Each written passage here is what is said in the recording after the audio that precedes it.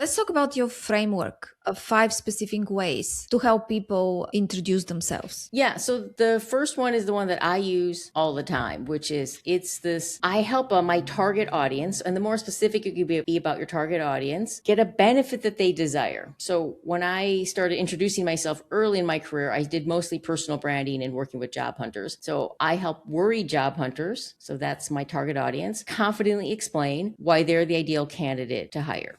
And I added worried and confident because I used to say I help job hunters explain why they're the ideal candidate to hire. But when I spoke to a lot of job hunters, they always use the word like worried, struggled, or confident. So when I added worried and confident, they're like, oh my gosh, that's me. Or, oh my gosh, that's my sister. That's my brother. That's my spouse. They're a worried job hunter. What can you do for them? So the first one is I help my target audience achieve a benefit they desire. The next one is similar to that, but it's like it goes beyond like I can promise you a breakthrough. So I help my target audience achieve a benefit they desire, but it's without this negative consequence. So the one that I did in my talk was helping established brands in competitive markets rapidly reach new audiences, though, without increasing like their marketing spend or their promotional spend. Yeah. So you're telling them, I can give you what you want, but I can break the conventional wisdom. That's a huge breakthrough. And people are like, oh, wow, I always thought I had increased my budget. How do you do that? It's interesting the way you're saying this, you're becoming more and more and more specific of who you help. Is that how? Yes, right. So the thing that you want is you want the person to say, that's me. You want them to instantly like visualize who you're talking about. Either they're talking about me, the listener, or, oh my God, I know someone who needs that. It's an impression.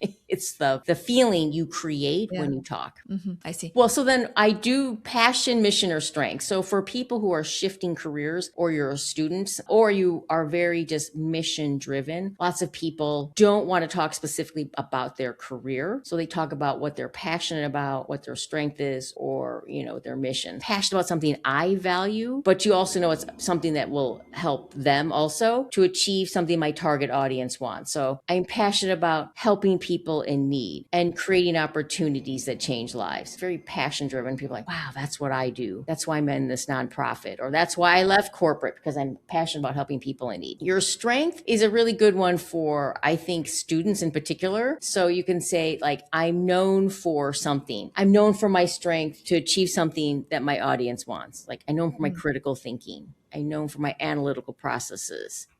And then turning unstructured information into actionable, profitable insights. So they're like, yes, oh my God, that's the problem that we're having. It's unstructured, it's difficult to understand, and now it's actionable and profitable. And the last one is similar to the passion one, which is your mission. Like I'm on a mission to achieve something that my target audience wants. So I'm on a mission to bridge the healthcare divide, to make a lasting difference for vulnerable communities. You're just trying to create a mental picture for your audience. So you have done a lot of research about first impressions and viral headlines. What are some of the things you discovered? I think that one of the things is your first impression can be made without saying a word. I mean, in a blink of an eye, or in a single word, which means it's your intonation. And then that when I learned from the Microsoft study, so 2015 Microsoft study was the attention span of adult can be as little as 8 seconds when you're interacting with them. You just realize you can't say more and more faster and faster. So I was just shocked at how little it takes to grab someone's attention. But if it solves a problem for someone, I've had people tell me they can introduce themselves in 6 words. So it's not about impressing people. It's about telling them, I can solve your problem. That's what I really learned.